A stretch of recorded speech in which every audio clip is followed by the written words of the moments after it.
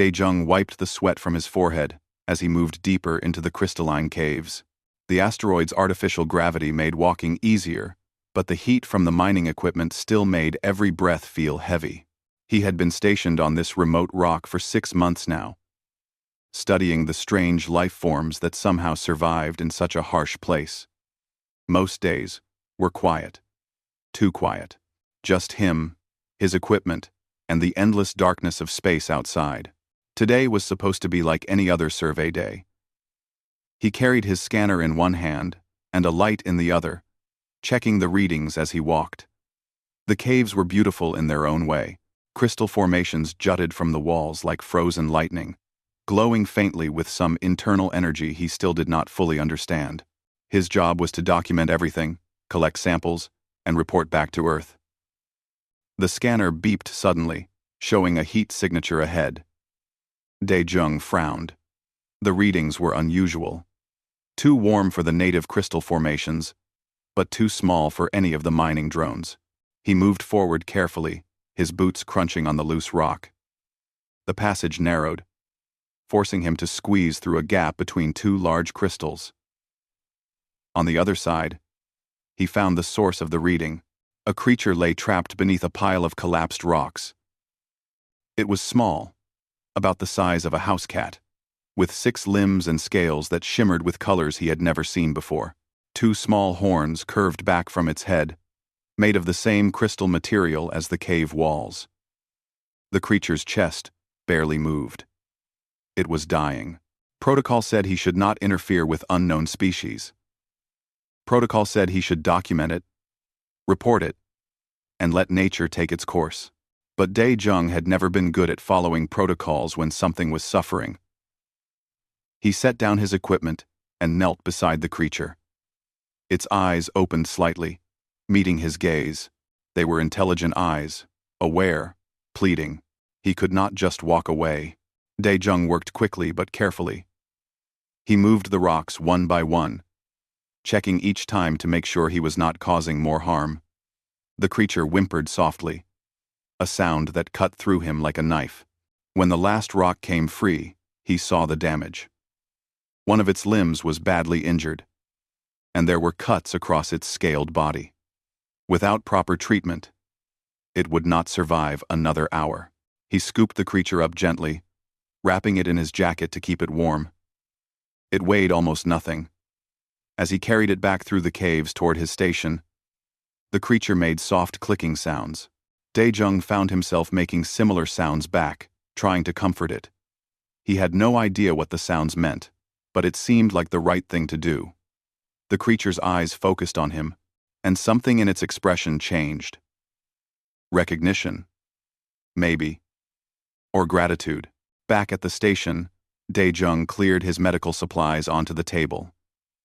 He was not a doctor, but 6 months alone had taught him how to handle emergencies.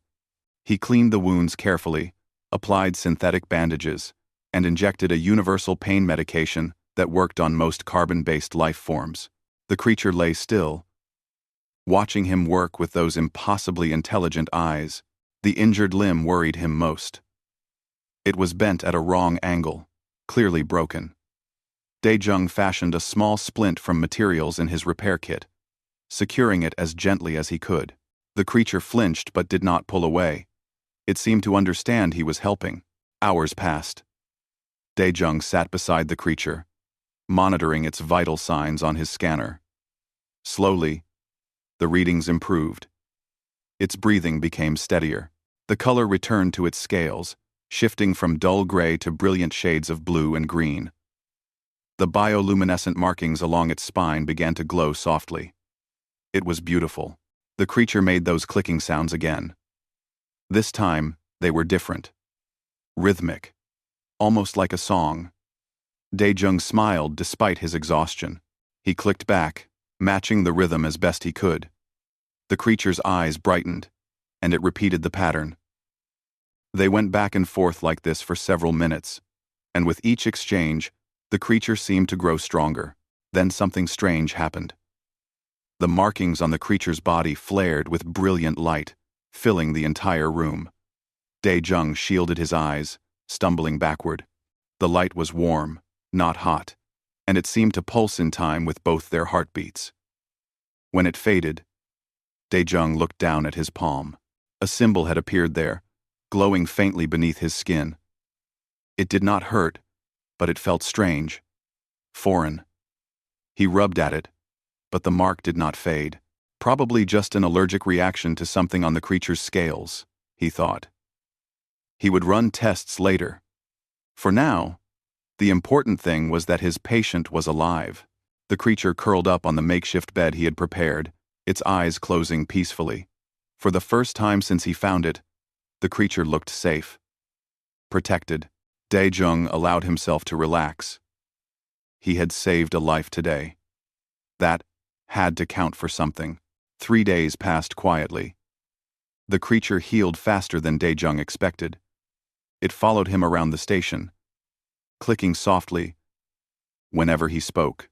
He started calling it Little One, because he had no idea what else to name it. The creature seemed to like the name, or at least it responded to it. They developed a routine. Dae-jung would work on his reports and surveys, and Little One would curl up nearby, watching him with those bright, curious eyes. On the third night, Dae-jung woke to alarms blaring throughout the station. Red lights flashed, and his communication system crackled with interference. He rushed to the control panel, his heart pounding. The screens showed multiple contacts in orbit around the asteroid. Big contacts. Ship-sized contacts. His communications channel opened with a burst of static. Then a voice spoke in broken human standard language. The words were slow and heavily accented, as if the speaker had learned the language from a textbook, but never actually heard it spoken. Human. You have something that belongs to us. Return the prince. Now. Dae-jung's blood ran cold. He looked over at Little One, who had woken and was staring at the ceiling, as if seeing through the rock and metal above them. The creature's markings pulsed with light, brighter than ever before. Prince? Dae-jung whispered. You are a prince? Little One clicked softly, a sound that somehow conveyed both confirmation and apology. The communication channel crackled again. You have 1 hour to bring the prince to the surface. If you do not comply, we will take him by force. This is your only warning, human. Dae-jung looked at the mark on his palm, then at the creature he had saved. What had he done? What had that clicking exchange really meant? His mind raced through possibilities, none of them good. He had interfered with something far beyond his understanding. And now, it seemed, there would be consequences. Little One moved closer to him, pressing against his leg. The creature looked up at him with complete trust, as if Dae-jung could somehow fix this situation, as if saving its life had meant something more than just a simple rescue. Outside, through the station's small viewport, Dae-jung could see lights in the darkness of space. Ships, dozens of them, all focused on this tiny asteroid, all here for the creature he had found in a cave 3 days ago. He had 1 hour to figure out what to do. 1 hour before everything changed forever. Dae-jung stood in front of the airlock door, trying to control his breathing. Little One sat beside him, calm despite the situation. Through the thick metal door, he could hear movement, heavy footsteps, voices speaking in a language that sounded like grinding stones mixed with wind chimes. The hour had passed too quickly. He had tried to contact Earth, tried to reach anyone who might help, but all communications were jammed. He was alone, with whatever was about to come through that door. The airlock hissed open. Dae-jung had to tilt his head back to see the face of the first creature that entered. It stood at least 8 feet tall, covered in armored scales that looked like they could stop bullets. 4 arms extended from its torso, each ending in 3-fingered hands tipped with claws. Its face was reptilian but somehow noble, with golden eyes that fixed on him with an intensity that made him want to run. Behind the first came 5 more, all armed with weapons that hummed with energy. They moved with military precision, spreading out to secure the room. Dae-jung raised his hands slowly, trying to look as non-threatening as possible. his heart hammered against his ribs. One of the soldiers pointed at Little One and spoke in that grinding language. The others responded immediately, weapons lowering slightly. Little One clicked softly and moved closer to Dae-jung, wrapping its tail around his ankle. The soldiers froze. They stared at the gesture, then at Dae-jung, then at each other. One of them spoke quickly into a communication device. The largest soldier stepped forward. It wore more elaborate armor than the others, with markings that suggested rank. When it spoke, a small device on its chest translated the words into human standard. "You are the human who found the prince." It was not a question. Dae-jung nodded, not trusting his voice. "Show us your hands." He held them out, palms up. The mark on his right palm glowed faintly in the station's artificial light. The effect on the soldiers was immediate and dramatic. As one, they dropped to one knee, pressing their fists to their chests. The gesture was clearly one of respect or submission. Dae-jung stood there, confused and terrified. The lead soldier rose slowly, its golden eyes wide. "You bear the mark of Velkara, the soul bond. You are the prince's guardian." "I'm his what?" Dae-jung's voice cracked. "Look, there's been a mistake. I just found him injured and helped him. That's all. I didn't mean to. The Velkara is not something that happens by accident." The soldier interrupted. Its translator made the words sound flat, but there was an undercurrent of something else. Disbelief, maybe, or anger. "It is our most sacred bond, given only to those chosen to protect and guide a royal child, until they reach maturity." Dae-jung's stomach dropped. "How long is that?" 15 of your years." The room spun. 15 years. 15 years bound to an alien prince. 15 years of his life, gone in an instant because he had been kind to an injured creature. He looked down at Little One, who gazed back with those trusting eyes. The creature had no idea what it had done to him. "There has to be a way to undo it," Dae-jung said desperately. "Some kind of ceremony, or the Velkara cannot be broken." The soldier's voice was hard. "To break it means death for both guardian and prince. This is ancient law, older than our empire, older than memory." Before Dae-jung could respond, another figure entered the station. This one was even larger than the soldiers, with darker scales and scars that told of countless battles. Its armor was decorated with symbols that even Dae-jung could recognize as military honors. When it spoke, every soldier in the room snapped to attention. "I am Commander Kalres of the Thros Imperial Fleet. I am here to bring Prince Renathar home." The commander's eyes fixed on Dae-jung. "And to deal with the human who has complicated everything." "Complicated?" Dae-jung felt anger rising above his fear. "I saved his life. He was dying in a cave, trapped under rocks. I brought him here and healed him. I didn't know about any oath or bond or whatever you call it. Ignorance does not change what has been done." Kalres moved closer, towering over him. "You have bound yourself to the future emperor of the Thros. You, a human from a species we barely know exists. Do you understand what this means? The chaos it will cause?" A new voice cut through the tension. "Stand down, Commander." A hologram flickered to life in the center of the room. The figure that appeared was clearly female, with more elegant features than the soldiers, but no less imposing. She wore robes that seemed to be made of liquid silver, and a crown of crystal sat on her head. This was someone important, someone powerful. Every Thros in the room dropped to both knees, heads bowed. Even Commander Kalres showed submission. Little One made a happy chirping sound and tried to move toward the hologram, but stayed close to Dae-jung. "Empress Velshara," Kalres said quietly. The Empress looked at her son first, and something in her expression softened. Then her eyes moved to Dae-jung, and that softness vanished. She studied him for a long moment, taking in every detail. When she finally spoke, Her words were measured and cold. "You are Daejung of Earth." "Yes, Your Majesty." He was not sure of the proper title.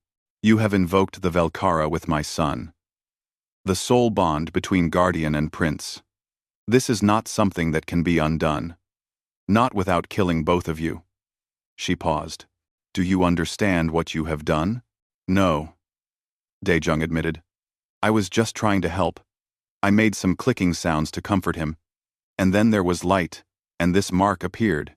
I thought it was just some kind of reaction to his scales, or those clicking sounds were the words of binding. Ancient words, passed down through generations. When my son repeated them and you responded, you completed the ritual." The Empress's eyes narrowed. "Though, I find it difficult to believe you knew those words by accident. I didn't know anything. I was just trying to help a hurt animal." Daejung's voice rose. "And he's not an animal," he added quickly, looking down at little one. "I know that now. But I didn't know anything about your culture or your rituals. I'm just a scientist studying rocks and alien bacteria. This is all way beyond me." The Empress was quiet for a long moment. "My son was taken from the palace by traitors. They left him on this asteroid to die, far from help. Far from anyone who might save him. Yet you found him. You saved him. And now you are bound to him." She leaned forward slightly. "I do not believe in coincidences, human." "Neither do I," Daejung said. "But sometimes life doesn't care what we believe." A slight smile crossed the Empress's face, gone almost before it appeared. "You will come to our homeworld. You will fulfill your duties as sole guardian, or both you and my son will die. Those are your options. That's not fair." "Fair?" The Empress's voice turned sharp. "My son almost died because of traitors in my own court. Now his life is bound to a stranger from a primitive species. Nothing about this is fair, but it is reality." Daejung wanted to argue more, but movement at the door stopped him. A human woman pushed past the Thross soldiers, a pistol in her hand and fury on her face. She was shorter than Daejung, with close-cropped hair and the bearing of someone military. She took in the scene in an instant. Her weapon trained on Commander Kalres. "Back away from him. Now." "Myung-hee?" Daejung stared in shock. "What are you doing here? Your emergency beacon activated 3 days ago. I came as fast as I could." She did not lower her weapon. "What's going on?" Commander Kalres made a gesture. And the Thross soldiers raised their weapons. The standoff was instant and tense. Myung-hee's finger moved to the trigger. Little one made a distressed sound and pressed closer to Daejung. "Everyone calm down." Daejung moved between Myung-hee and the Thross. "Nobody needs to shoot anyone." Myung-hee. "These are the Thross. They're here for little one, who is apparently a prince. And I apparently accidentally made a magic oath to protect him for 15 years. Myung-hee blinked. "You what?" "It's complicated. It's insane." But she lowered her weapon slightly. "You can't seriously be considering going with them." "One. Changer. One. I don't have a choice. If I don't go, we both die. Me and the prince." He looked down at little one. "I can't let that happen." The Empress spoke again. "If this human is your companion, she may come as well. As your cultural liaison. You will need someone from your own kind to help you adjust." Myung-hee looked at Daejung. They had known each other for years, ever since their training days. She had always looked out for him, even when he made stupid decisions. Like now, he could see her weighing the options, calculating risks. Finally, she sighed. "Fine, but I'm bringing my weapons. And if any of you try to hurt him, oath or no oath, I'll find a way to make you regret it." Commander Kalres actually laughed at that. The Empress's hologram faded, but her final words lingered. "Bring them both. Quickly. The prince has been away from home too long." As the Thross soldiers prepared to leave, Daejung picked up little one. The creature clicked softly and nuzzled against his chest. Despite everything, Despite the fear and anger and confusion, Dae-jung felt that strange bond between them. It was real. It was powerful. And it meant his life would never be the same again. Ma Young-hee moved beside him. "Are you sure about this?" "No," he admitted. "But what choice do I have?" They left the station together, walking toward a future neither of them could have imagined. Dae-jung stood in front of the airlock door, trying to control his breathing. Little One sat beside him, calm despite the situation. Through the thick metal door, he could hear movement, heavy footsteps, voices speaking in a language that sounded like grinding stones mixed with wind chimes. The hour had passed too quickly. He had tried to contact Earth, tried to reach anyone who might help, but all communications were jammed. He was alone, with whatever was about to come through that door. The airlock hissed open.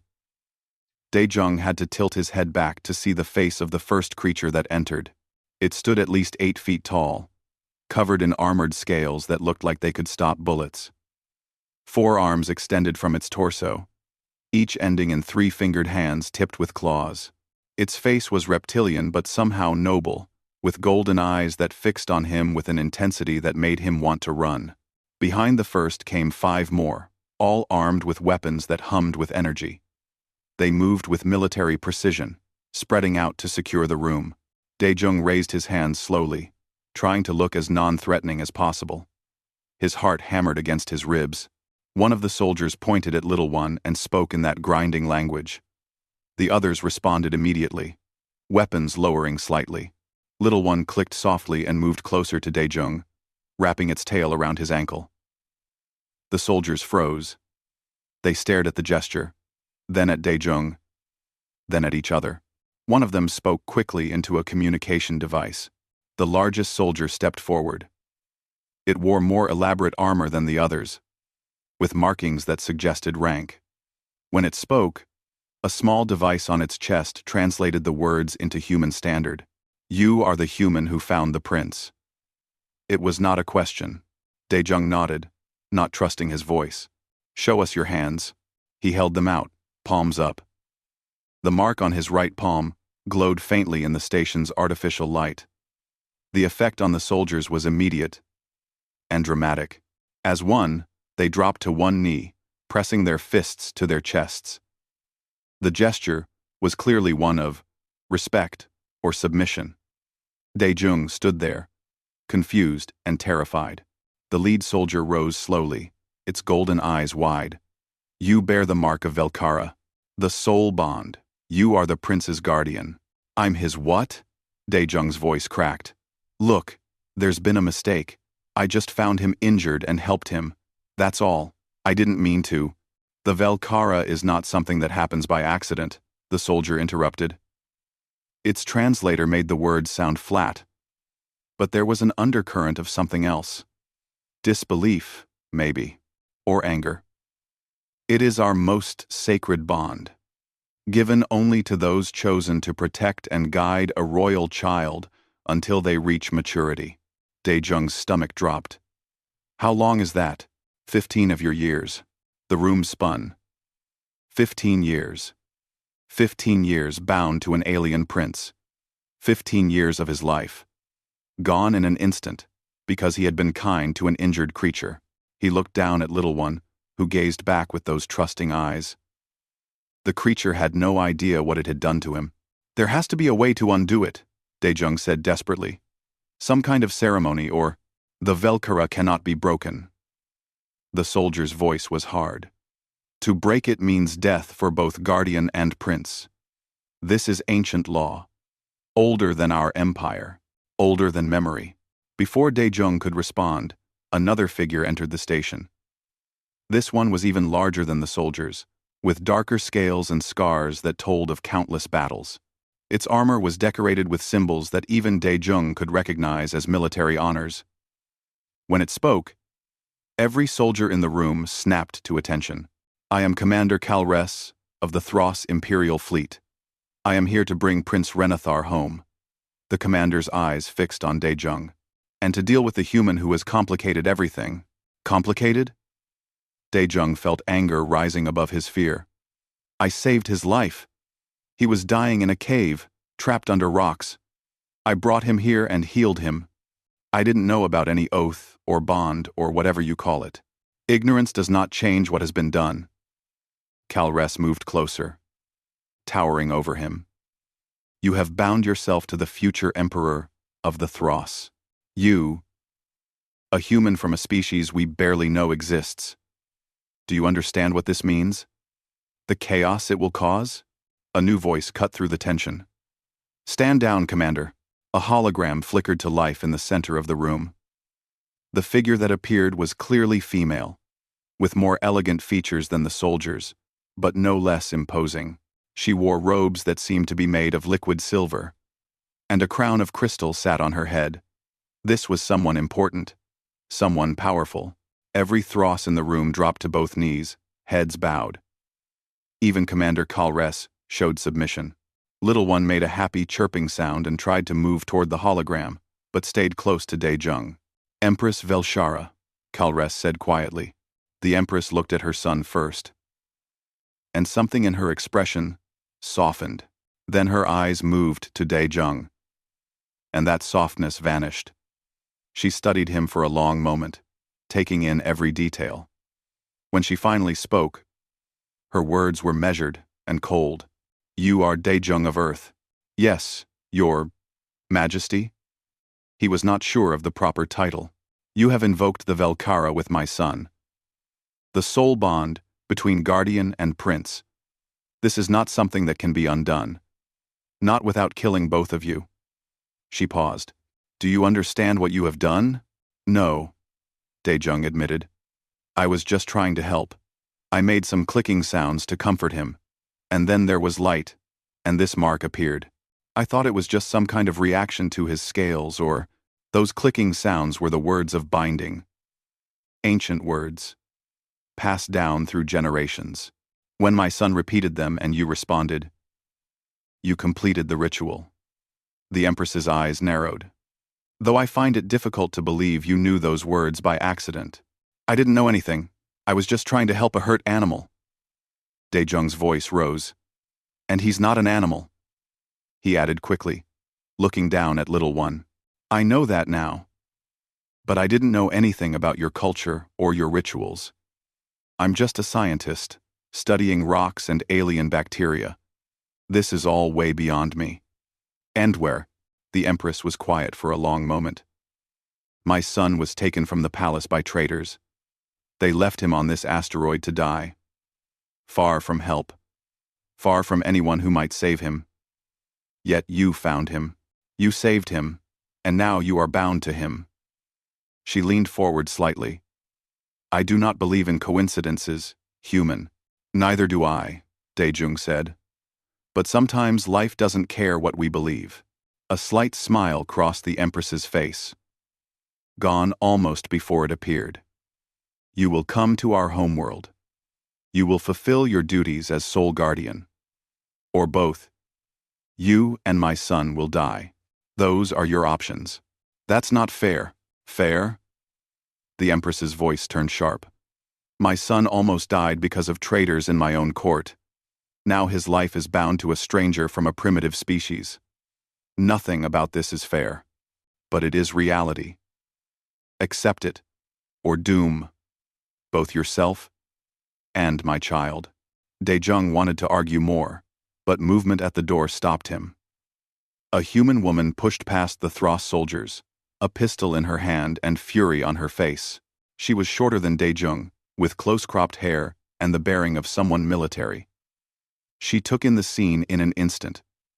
Her weapon trained on Commander Kalres. Back away from him. Now. Ma Young-hee. Daejung stared in shock. What are you doing here? Your emergency beacon activated 3 days ago. I came as fast as I could. She did not lower her weapon. What's going on? Then. 8. Well see. 8. With reason sing, Commander Kalres made a gesture, and the Thros soldiers raised their weapons. The standoff was instant and tense. Myung-hee's finger moved to the trigger, Little One made a distressed sound and pressed closer to Daejung. Everyone calm down. Daejung moved between Myung-hee and the Thros. Nobody needs to shoot anyone. Myung-hee, these are the Thros. They're here for Little One, who is apparently a prince, and I apparently accidentally made a magic oath to protect him for 15 years. Myung-hee blinked. You, what? It's complicated. It's insane. But she lowered her weapon slightly. You can't seriously be considering going with them. I don't have a choice. If I don't go, we both die. Me and the prince. He looked down at Little One. I can't let that happen. The Empress spoke again. If this human is your companion, she may come as well. As your cultural liaison, you will need someone from your own kind to help you adjust. Myung-hee looked at Daejung. They had known each other for years, ever since their training days. She had always looked out for him, even when he made stupid decisions. Like now, he could see her weighing the options, calculating risks. Finally, she sighed. Fine, but I'm bringing my weapons, and if any of you try to hurt him, oath or no oath, I'll find a way to make you regret it. Commander Calres actually laughed at that. I believe you would try, human. Perhaps your species is not as weak as we thought. The Empress's hologram faded, but her final words lingered. Bring them both. Quickly. The prince has been away from home too long. As the Thros soldiers prepared to leave, Daejung picked up Little One. The creature clicked softly and nuzzled against his chest. Despite everything, despite the fear and anger and confusion, Daejung felt that strange bond between them. It was real, it was powerful, and it meant his life would never be the same again. Myung-hee moved beside him. Are you sure about this? No, he admitted. But what choice do I have? They left the station together, walking toward a future neither of them could have imagined. The Thros homeworld was nothing like Earth. Daejung pressed his face against the transport ship's viewport, watching as they descended through the atmosphere. Crystal spires rose from the planet's surface like frozen waterfalls, catching the light of 3 moons and scattering it into rainbows. Cities sprawled between mountain ranges made of the same glowing crystal he had seen in the asteroid caves. It was beautiful and alien and utterly terrifying. Beside him, Renathar clicked excitedly, his small body vibrating with happiness. The prince had grown slightly during the journey, his scales brighter and his movements more confident. He rarely left Daejung's side, even when Thros attendants tried to take him for meals or rest. The bond between them had grown stronger. Sometimes, Daejung could feel the prince's emotions as faint echoes in his own mind. Right now, Renathar felt joy. Home. Safety. Myung-hee stood on his other side, arms crossed. She had been quiet most of the journey, observing everything with the careful eyes of a soldier. They're all watching you, she said quietly. She was right. The Thros crew members kept glancing at him when they thought he was not looking. Some seemed curious. Others looked angry. All of them seemed confused by his presence. A young human man approached them nervously. He was thin, with messy hair, and glasses that kept sliding down his nose. He wore clothes that mixed human and Thros styles in a way that looked uncomfortable on both counts. He had introduced himself during the journey as Hwan, a cultural exchange student who had been studying Thros society for 3 years. We'll be landing soon, Hwan said, adjusting his glasses. I wanted to prepare you for what comes next. The High Council has demanded a trial. They want to test if you're worthy of the Velkara. A trial? Daejung felt his stomach tighten. What kind of trial? 3 tests: combat, wisdom, and spiritual connection. They're traditionally given to all soul guardians, but never to an outsider. Never to someone who's not Thros. Hwan looked genuinely worried. I've studied these trials. They're designed for Thros warriors and scholars. I don't know how a human is supposed to pass them. He'll pass, Myung-hee said firmly. Because he doesn't have a choice. The ship landed in a massive courtyard surrounded by crystal towers. Crowds of Thros had gathered, their scales reflecting every color imaginable. Some held up devices that recorded everything, others simply stared. Daejung had never felt so exposed in his life. Renathar pressed against his leg, offering what comfort he could. Commander Kalres led them through the crowds toward the largest tower. Inside, the walls glowed with soft light that seemed to come from the crystal itself. They walked through corridors filled with art and history, past rooms where Thros conducted business in their grinding language. Finally, they entered a massive circular chamber. The High Council sat on raised platforms around the room. 12, Thros. All elderly, all watching Daejung with expressions that ranged from hostile to merely disapproving. In the center of them all sat Empress Velshara, even more imposing in person than her hologram had been. She did not smile. She did not show any emotion at all as she watched her son return home. Daejung of Earth, her voice echoed through the chamber. You stand before the High Council bearing the mark of Velkara, a bond sacred to our people, a bond no outsider has ever held. She paused. Many here believe you stole this bond, that you used some trick or deception to bind yourself to my son for your own purposes. That's not true. She held up one hand, silencing him. Others believe the bond itself chose you. That fate or destiny brought you to that cave at the exact moment my son needed help. Her eyes narrowed. I have not decided what I believe. That is why you will face the trials. And Linity? Reperfor. Prove yourself worthy, and you may remain as sole guardian. Fail, and we will find another way to solve this problem. What other way? Daejung asked, though he feared the answer. Death. One of the council members said bluntly. Mercy, for both you and the prince. Quick and painless. Renathar made a distressed sound, his markings flashing bright red. He moved in front of Daejung protectively, hissing at the council. Several members recoiled in shock. A prince defending his guardian, rather than the other way around. It was clearly unusual. Empress Velshara's expression softened slightly as she looked at her son. The prince has spoken. Very well. The trials begin tomorrow. Prepare yourself, human. Your life depends on what happens next. That night, Hwan showed Daejung and Myung-hee to their quarters.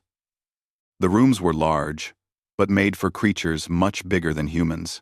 The furniture had to be adjusted, and the bed was essentially a padded platform on the floor. Renathar refused to sleep in his own royal chambers, instead, curling up on Daejung's bed like a cat. Tell me about these trials, Daejung said to Hwan. Everything you know. Hwan pulled out a tablet covered in notes. The first trial is combat. You'll face a Thros warrior in ritual combat. You don't have to win, but you have to show courage and skill. The problem is, Thros are much stronger than humans, faster too. Their reflexes are better. Their bones are harder. I get it. I'm at a disadvantage. Daejung ran his hands through his hair. What about the second trial? 1.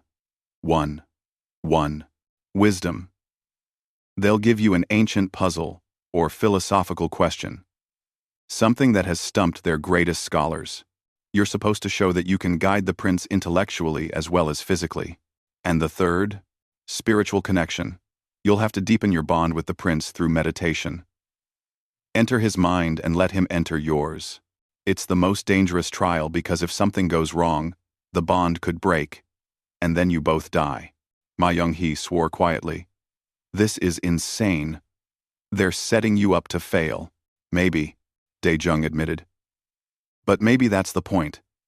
Maybe they want to see how I handle impossible situations. Because protecting a prince probably means facing a lot of impossible situations. The next morning came too quickly. The combat trial was held in a massive arena filled with thousands of Thros spectators. Daejung stood in the center, wearing simple clothes and holding a wooden staff. His opponent was twice his size, covered in battle scars, and holding a weapon that looked like a sword crossed with a hammer. The warrior's name was Torves. According to Juan, he had been one of the candidates to guard Renathar before the prince was taken. His family blamed Daejung for taking that honor from them. "I will make this quick, human," Torves said through his translator.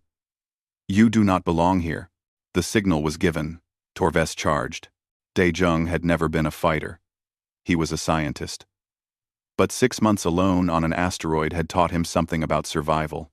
He dove to the side, rolling as Torves's weapon smashed into the ground where he had been standing. The crowd roared. "Thanks for watching, and see you next time." He could not match the Thros for strength, but he could be unpredictable. Torves swung again. Daejung blocked with his staff, but the impact sent shockwaves through his arms. He stumbled back, barely keeping his footing. Another swing. Another desperate block. He was losing. And he knew it. But he kept moving, kept dodging, kept refusing to give up. Then he noticed something. The arena floor was covered in sand and loose stones. The crystal walls reflected light in patterns. Torves was strong, but he fought with traditional patterns. Predictable patterns. Daejung threw sand in the warrior's face. The crowd gasped. Torves roared in anger, swinging wildly. Daejung used the distraction to position himself near one of the reflective crystal walls. When Torves charged again, Daejung dodged at the last second. The warrior's weapon struck the crystal, and the impact sent a shockwave back through his arms. He stumbled, off balance for just a moment. It was enough. Daejung swept the warrior's legs with his staff. Torves fell heavily. Before he could rise, Daejung pressed the tip of his staff against the warrior's throat. The arena went silent. Then something happened. A crack appeared in the crystal wall where Torves had struck. It spread rapidly, and sections of the wall began to fall. The crowd screamed and scattered. Pieces of crystal as large as cars crashed down toward where Renathar sat in the royal box. Daejung did not think. He ran. He crossed the arena in seconds, threw himself up the stairs to the royal box, and grabbed Renathar. A massive piece of crystal fell where the prince had been sitting. Daejung held the prince close, shielding him with his own body as smaller pieces rained down around them. Something struck his shoulder, sending pain shooting through him. He did not let go. When the dust settled, Daejung looked up to find dozens of Thros staring at him. Renathar was safe in his arms, clicking frantically with fear and gratitude. Blood ran down Daejung's arm from where the crystal had hit him, but he barely felt it. Empress Velshara rose from her throne. The combat trial is complete. The human has shown not only skill, but also the most important quality of a guardian. He put the prince's life before his own. She looked directly at Daejung. "Well done."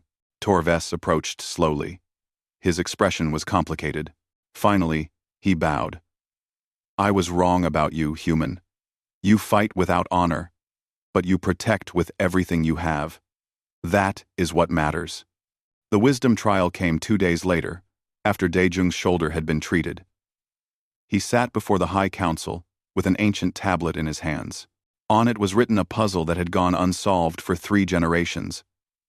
It involved a theoretical situation where a ruler had to choose between saving their people or honoring an ancient treaty. There was no right answer. That was the point. Daejung read the puzzle 3 times. Then he set the tablet down. This puzzle assumes that individuals don't matter, that people are just parts of groups, citizens, or treaty partners, or whatever. But individuals do matter. Each person is unique. He thought about Renathar, about finding him in that cave. The puzzle asks what a ruler should choose, but maybe rulers shouldn't make choices that sacrifice individuals for abstract concepts. Maybe the right answer is to find a third option that nobody has thought of yet, because they're too busy thinking inside traditional boundaries. The council members looked at each other. One of them leaned forward. "You are saying the puzzle is flawed?" "I'm saying maybe Thros philosophy focuses too much on hierarchy and tradition. Humans think differently. We value individual choice. even when it's messy or complicated. Maybe that's the perspective a human guardian can bring to a prince who will one day be emperor. Silence filled the chamber. Then Empress Velshara actually smiled. The trial is past. Next comes the final test. The spiritual trial happened in a dark room lit only by bioluminescent plants. Daejung sat cross-legged with Renathar in front of him. Thros priests chanted in their ancient language, and the mark on Daejung's palm began to glow. "Clear your mind," one priest instructed. "Let the bond guide you inward, into the prince's memories, his fears, his heart." Daejung closed his eyes and felt himself falling. He was trapped under rocks, cold, hurt, scared, calling for help that never came. Hours turned to days. The pain was everything.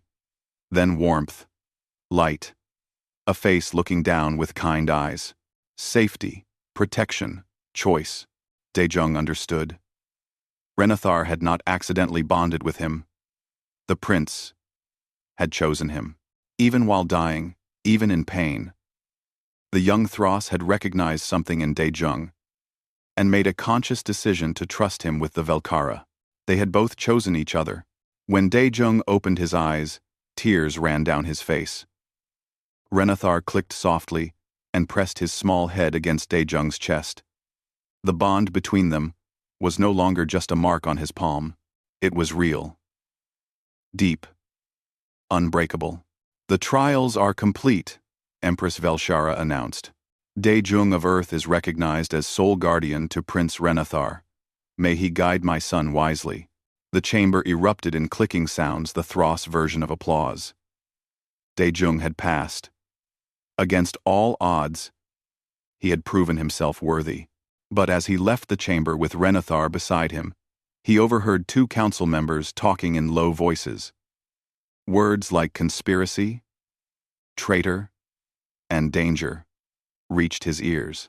The trials might be over, but something told him the real test was just beginning. 3 months had passed since the trials. Daejung had settled into a routine that still felt surreal. Every morning, he woke to find Renathar curled up beside him, growing bigger each week. The prince was learning to speak human standard now, his voice high and clear. His favorite word was Daejung's name, which he said constantly, usually followed by questions about everything he saw. "Daejung, why is the sky blue? Daejung. Daejung, do all humans only have 2 arms?" The questions never stopped. And Daejung loved every one of them. He was not just a guardian. He was a teacher, a friend, and something like family. The bond between them had grown so strong that he could sense the prince's presence even when they were in different rooms. It was strange, but comforting. Myung-hee had taken to her role as cultural liaison with surprising enthusiasm. She spent her days meeting with Thros military leaders, sharing human combat techniques, and learning Thros tactics in return. She had earned their respect through her skill and directness. The Thros appreciated that she never pretended to be something she was not. Hwan remained their guide to Thros culture. He was excited to have other humans around, especially ones involved in something so historically significant. He documented everything, taking notes constantly about human-Thros interactions. Sometimes it was annoying, but mostly, it was helpful. The Thros Empire was vast and complicated, and without Hwan's explanations, Daejung would have made dozens of cultural mistakes. Today they were attending a formal ceremony in the palace, something about trade agreements with a neighboring system. Daejung wore uncomfortable formal robes that had been tailored for his human frame. Renathar sat beside him, behaving with the dignity expected of a prince. The ceremony was boring, full of speeches in the grinding Thros language that his translator struggled to keep up with. That was when he noticed her. A woman, sitting 3 rows behind them, watching him with an intensity that made his skin crawl. She was human, with sharp features and dark hair, cut short. She wore simple clothes that could have belonged to a servant or a tourist, but her eyes were those of a predator. When she realized he had noticed her, she smiled slightly, and nodded toward the exit. Dae-jung leaned toward Myung-hee. There's a human woman 3 rows back. She wants to talk. Myung-hee glanced back casually. Her expression did not change, but her hand moved closer to the concealed weapon she always carried. I see her. Could be intelligence. Could be trouble. Same thing, usually, Dae-jung muttered. When the ceremony ended, they followed the woman to a quiet garden area. She waited beside a fountain made of singing crystal. Her hands in her pockets. Up close, she looked tired, with dark circles under her eyes that spoke of long nights and difficult work. Dae-jung. Myung-hee. Her voice was calm and professional. My name is Bo-ra. I work for Earth's Intelligence Division. We need to talk about why Prince Renathar was really left on that asteroid to die. Dae-jung felt his stomach drop. You know something. I know a lot of things. Bo-ra pulled out a small device and activated it. A privacy field shimmered around them, blocking sound from traveling beyond a few feet. The official story is that traitors kidnapped the prince and abandoned him. That's partially true. But what they're not telling you is who those traitors are and why they want the prince dead. Tell us, Myung-hee said firmly. Bo-ra's expression was grim. There's a Thros noble named Valkorion. He's a cousin to the Empress. High-ranking, wealthy, and ambitious. For years he's been embezzling imperial resources, building his own private military force. He wants the throne, but he can't take it while Renathar lives. The prince is the rightful heir, so he tried to have a child murdered. Dae-jung felt anger rise in his chest. What kind of monster does that? So, Arensa. Juzin Usement. Arensa, the kind who values power more than honor, Bo-ra said. The attempt failed because of you. But Valkorion isn't going to stop. He's planning something bigger. A coup. And if he succeeds, the entire Thros Empire will be thrown into civil war. Billions of lives are at stake. Does the Empress know? Myung-hee asked. She suspects, but she has no proof. Thros law requires evidence before accusations can be made against nobility. Without proof, she can't move against him. Bo-ra looked at Dae-jung directly. That's where you come in. You're the prince's guardian. You have access to places and information that others don't. You can help us gather the evidence we need. You want me to spy, Dae-jung said slowly. I want you to save your prince's life and prevent a war that could destabilize this entire region of space. Bo-ra's voice was intense. Earth has a stake in this too. If the Thros Empire falls apart, there are a dozen species waiting to take advantage of the chaos. Some of them don't like humans very much. Dae-jung looked at Renathar, who was playing nearby with a small crystal toy. The prince was happy, innocent, completely unaware of the danger surrounding him. The thought of someone hurting him made Dae-jung's blood boil. What do you need me to do? Bo-ra smiled slightly. I knew I liked you. Here's what we know so far. The next 2 weeks were tense. Dae-jung went about his normal duties while secretly searching for evidence of Valkorion's conspiracy. Bo-ra had given him access to encryption-breaking software and surveillance equipment disguised as innocent objects. Myung-hee covered for him when he needed to slip away, and Hwan provided information about which nobles were connected to Valkorion. They discovered that the conspiracy went deeper than anyone had thought. Valkorion had supporters in the military, in the government, even in the palace itself. He had been planning this for years, slowly building power while the Empress focused on ruling an empire. The evidence was there, but it was scattered and hidden. One night, Dae-jung broke into Valkorion's private office. It was in a tower on the far side of the capital, heavily guarded. Bo-ra had created a distraction, a false alarm that drew most of the guards away. Dae-jung slipped in through a service entrance, his heart pounding. The office was luxurious, filled with art and treasures from across the empire. Dae-jung went straight to the computer system. He plugged in Bo-ra's decryption device and waited while it worked. Minutes felt like hours. Any second, someone could discover him. The device beeped softly. Access granted. Dae-jung downloaded everything he could find.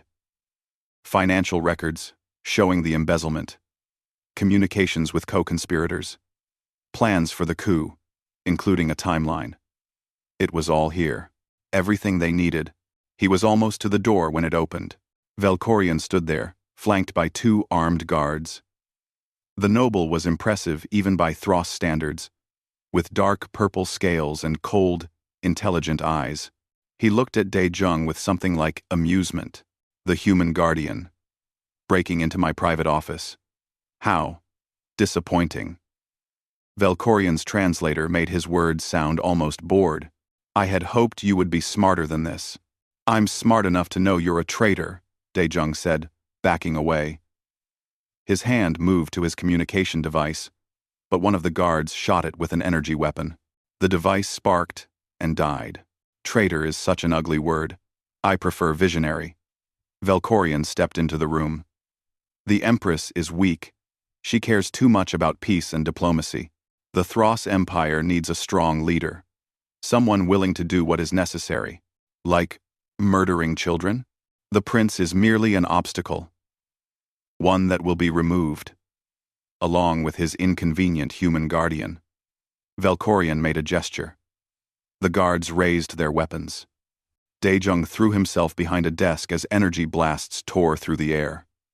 His mind raced. He was trapped, outnumbered, and about to die. But he still had the data device in his pocket. If he could just get it out of here, expose Valkorion's crimes. Then he felt it. A surge through the bond. Renathar was awake, sensing his danger. The prince was coming for him. No, stay away, stay safe. He tried to send the thought through the bond, but he did not know if it worked. The guards were moving around the desk, cutting off his escape. Valkorion watched with cold satisfaction. Your species is weak, human. You should have stayed in your own corner of space. More energy blasts. The desk was disintegrating under the assault. Dae-jung prepared to run, even though he knew he would not make it. Then the wall exploded inward. Myung-hee came through the hole with a weapon in each hand, firing with precision. One guard went down immediately. The other turned to face her, and Bo-ra appeared from the other side, her weapon striking the guard unconscious before he could react. Took you long enough. Dae-jung gasped. You're welcome, Myung-hee said, not taking her eyes off Valkorion. Now, move. They ran. Behind them, alarms blared. More guards were coming. Valkorion's voice echoed through the tower, ordering them captured or killed. Dae-jung clutched the data device, knowing it was worth more than his life. They burst out onto a landing platform where Hwan waited in a stolen transport ship. Get in. Hurry. The ship lifted off just as guards reached the platform. Energy blasts struck the hull, but the shields held. They accelerated away from the tower, weaving between buildings as pursuit ships launched behind them. I've got it. Dae-jung held up the data device. Everything we need to expose him. Then let's make sure the whole Empire sees it, Bo-ra said. She took the device and plugged it into the ship's communications system, broadcasting on all frequencies. Every news channel, every government system, every public display in the capital. Dae-jung watched through the viewports as giant holographic displays throughout the city suddenly changed. Valkorion's face appeared, along with damning financial records, communications showing his plans. Evidence of the assassination attempt on Renathar. Everything laid bare for the Empire to see. The effect was immediate. The pursuit ships broke off, confused and uncertain. Below, crowds gathered around the displays, clicking in shock and anger. The conspiracy was exposed. Valkorion was finished. But the noble was not done yet. Attention all loyal forces. Valkorion's voice came over the emergency channels. The Empress and her human puppet have betrayed the Empire. Join me, and together we will take back our future. Some ships responded to his call. Not many. But enough. The city below erupted into chaos, as Velkorian's supporters clashed with Imperial forces.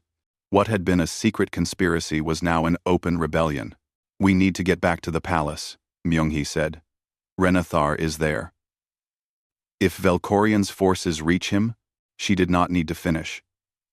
Daejung felt through the bond that the prince was afraid. Guards loyal to the Empress surrounded him. But the fighting was getting closer. They were running out of time. "Get us there fast," Daejung said to Hwan. "I don't care how many traffic laws you have to break." Hwan grinned nervously. "I was hoping you'd say that." The ship dove toward the palace, and Daejung prepared himself for whatever came next. The conspiracy was exposed, but now they faced something worse. Civil war. And somewhere in the chaos, Renathar waited, trusting that his guardian would come for him. Daejung would not let him down. The palace was under siege.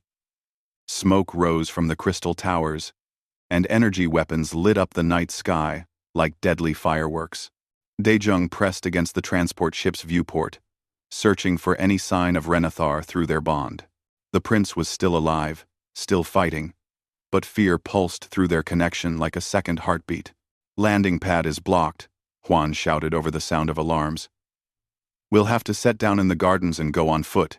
"Do it," Daejung said. The ship dropped fast, throwing them against their restraints. They hit the ground hard, but intact. The moment the door opened, Myung-hee was out, weapon ready, scanning for threats. Bo-Ra followed close behind, calm and professional despite the chaos. Daejung ran toward the palace. He could feel Renathar's location through the bond somewhere deep inside, probably in the secure chambers where the royal family sheltered during emergencies. The problem was getting there through a building full of fighting soldiers. They moved through gardens torn apart by weapons fire. Crystal statues lay shattered. The beautiful singing fountains had gone silent.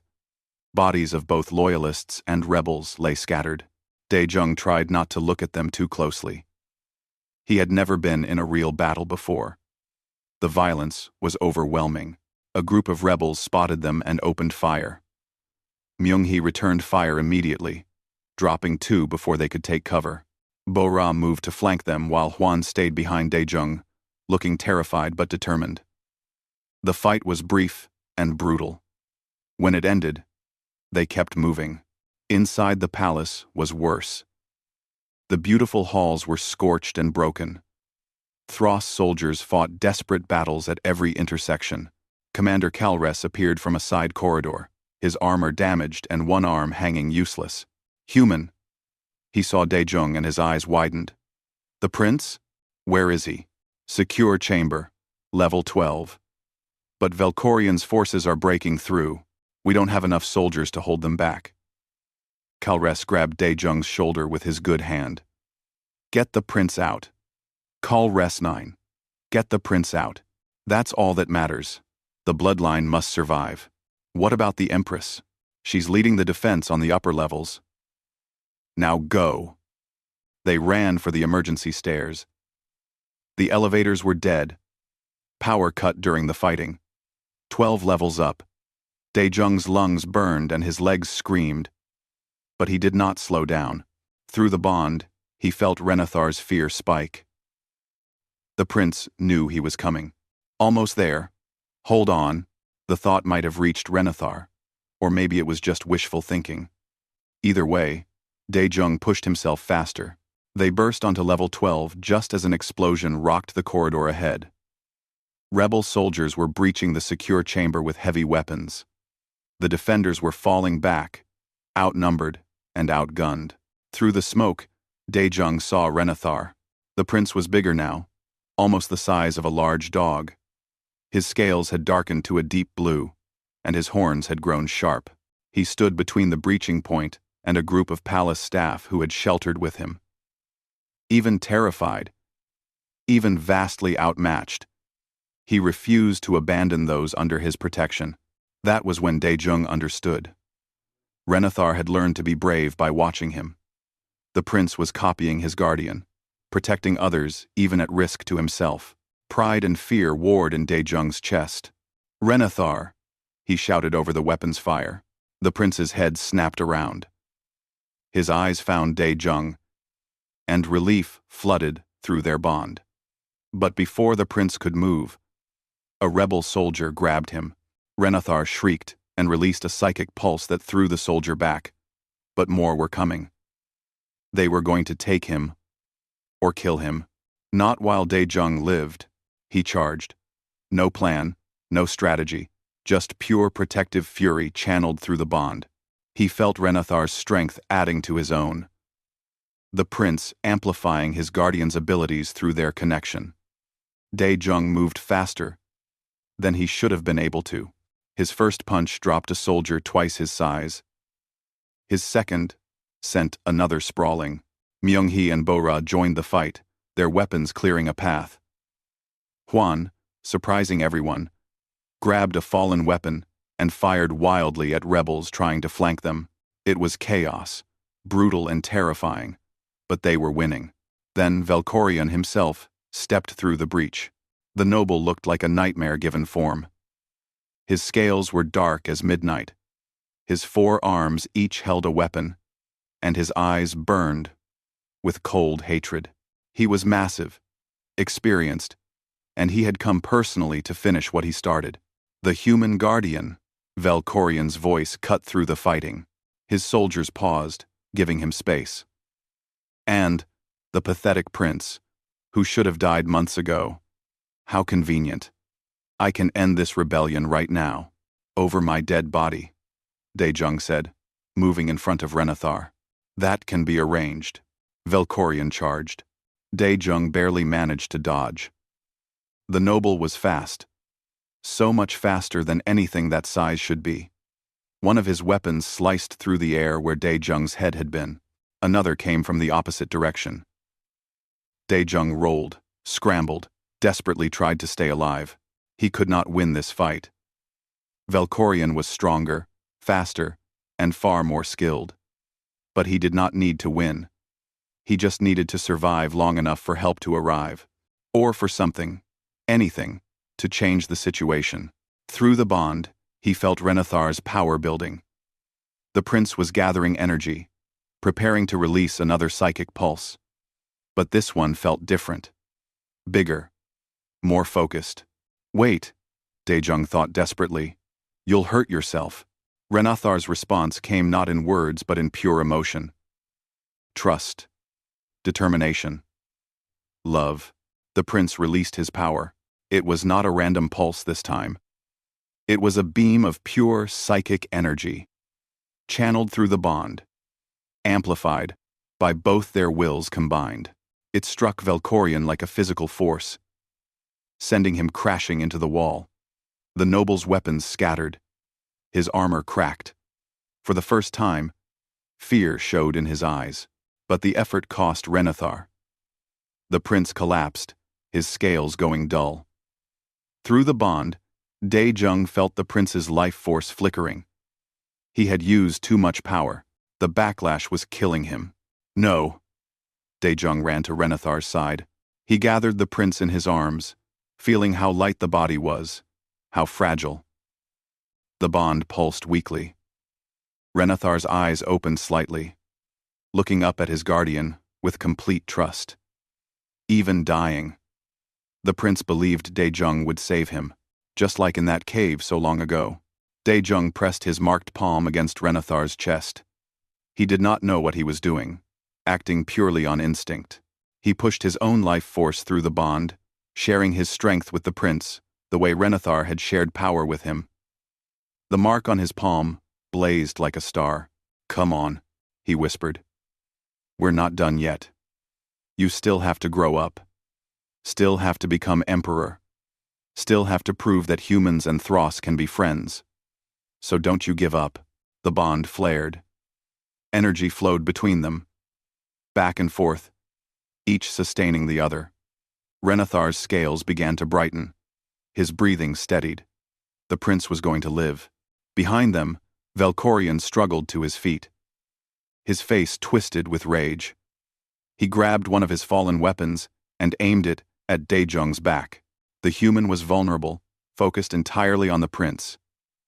It would be an easy kill. The energy blast never came. Empress Velshara appeared behind the noble, her own weapon pressed against his skull.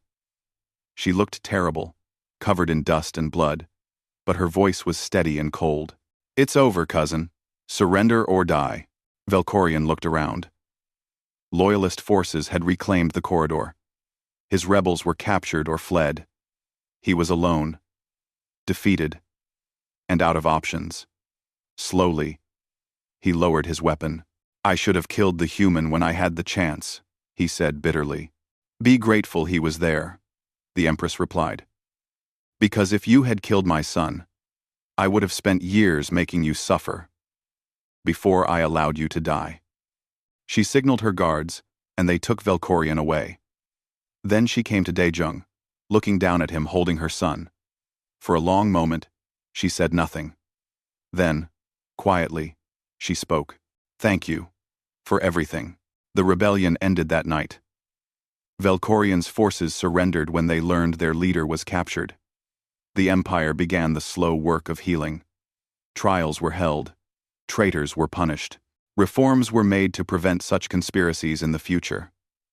Through it all, Daejung stayed beside Renathar, helping the prince recover from his injuries. Years passed. The bond remained strong. Daejung watched Renathar grow from a small hatchling into a young adult. The prince learned everything his guardian could teach him: human values like individual freedom and creative thinking, combined with Thros traditions of honor and duty. He became something new. As my new. When you percenter, on Ensi, something better than either species alone. On the day Renathar reached maturity, the entire empire celebrated. The ceremony was held in the greatest temple on the homeworld, with representatives from dozens of species attending. Daejung stood beside the prince, wearing formal robes that finally fit comfortably after years of alterations. The ritual to complete the Velkara and dissolve the bond was ancient and beautiful. Priests chanted in old languages, while light played across crystal walls. Daejung felt the bond beginning to fade, the mark on his palm growing dimmer. Part of him was relieved. 15 years was a long time to share your mind with another being. But another part of him felt loss. He would miss that constant connection. When the ritual ended, Renathar stood before him. The prince was magnificent now, easily 8 feet tall. His scales a brilliant blue that shifted to purple in certain light. He looked every inch a future emperor. But when he spoke, his voice held the same warmth it always had. "The bond is ended, as tradition demands," Renathar said formally. Then he smiled, showing teeth. "But you will always be my guardian, my teacher, my friend. Nothing will change that." "I know," Daejung said, his throat tight with emotion. "I'm proud of you, of who you've become. I became this person because of you." Renathar pulled a crystal pendant from his robes and placed it around Daejung's neck. "This is a symbol of eternal friendship among my people. Wear it, and know that you will always have a place in the royal family." The crowd erupted in clicking applause. Empress Velshara approached, older now but still commanding. She bowed to Daejung, a gesture of profound respect from an empress. "You proved everyone wrong," she said. "A human guardian. Because of you, the Empire and your people are beginning a new era of cooperation." She was right. In the years since Velkorian's rebellion, human-Thros relations had grown stronger. Trade agreements were signed. Cultural exchanges flourished. Humans brought their adaptability and creative thinking. The Thros shared their technology and ancient wisdom. Both species were stronger together. Myung-hee found Daejung after the ceremony, grinning. She had been promoted multiple times, now serving as a high-ranking liaison between human and Thros military forces. "So, what are you going to do now? Your contract is up. You could go home." Daejung looked at the crystal pendant around his neck, then at Renathar greeting diplomats with natural grace. "Home," he said slowly. "I should visit Earth. See my family. Tell them I'm okay." He paused. But this is home now too. I think I'll come back. The Empire needs an ambassador who understands both humans and Thros. Someone who can bridge the gap between our peoples. They're lucky to have you, Myung-hee said. We're all lucky. You started this whole thing by being too stubborn to leave an injured creature in a cave. Best decision I ever made, Dae-jung admitted. Later, as the celebrations continued, Dae-jung found a quiet balcony overlooking the capital. The 3 moons were rising, painting the crystal spires in silver light. So much had changed since that day on the asteroid. He had been a simple scientist then, alone and isolated. Now, he was part of something bigger, part of a bridge between species, between cultures, between worlds. Renathar joined him on the balcony. They stood together in comfortable silence, watching the city. Finally, the prince spoke. When I am emperor, I want to continue this work, building connections between species, creating understanding, making sure what happened to me never happens to anyone else. He looked at Dae-jung. Will you help me? Always, Dae-jung said without hesitation. That's what family does. Renathar's expression softened. Family, he repeated. Yes, that is what we are. Not because of an oath or a bond, but because we choose to be. They stayed there as the moons rose higher. 2 beings from different worlds who had found each other through chance and chosen to stay together through loyalty, friendship, and love. The formal bond might have ended, but the real connection between them would last forever. Behind them, through the open doors, the celebration continued. Humans and Thros mingled freely, learning from each other, laughing together despite language barriers. It was the beginning of something new, something beautiful, something that started because one human had refused to walk past a dying creature and leave it to its fate. Dae-jung touched the crystal pendant and smiled. Sometimes the smallest acts of kindness changed everything. Sometimes compassion was the most powerful force in the universe, and sometimes, just sometimes, the right person showed up at exactly the right moment to save a life and start a revolution. He had been that person. He had saved Renathar. And in doing so, he had saved himself, finding purpose and family in the most unexpected place. The future stretched before them, full of possibility. And whatever challenges came, they would face them together. Guardian and Prince, human and Thros, family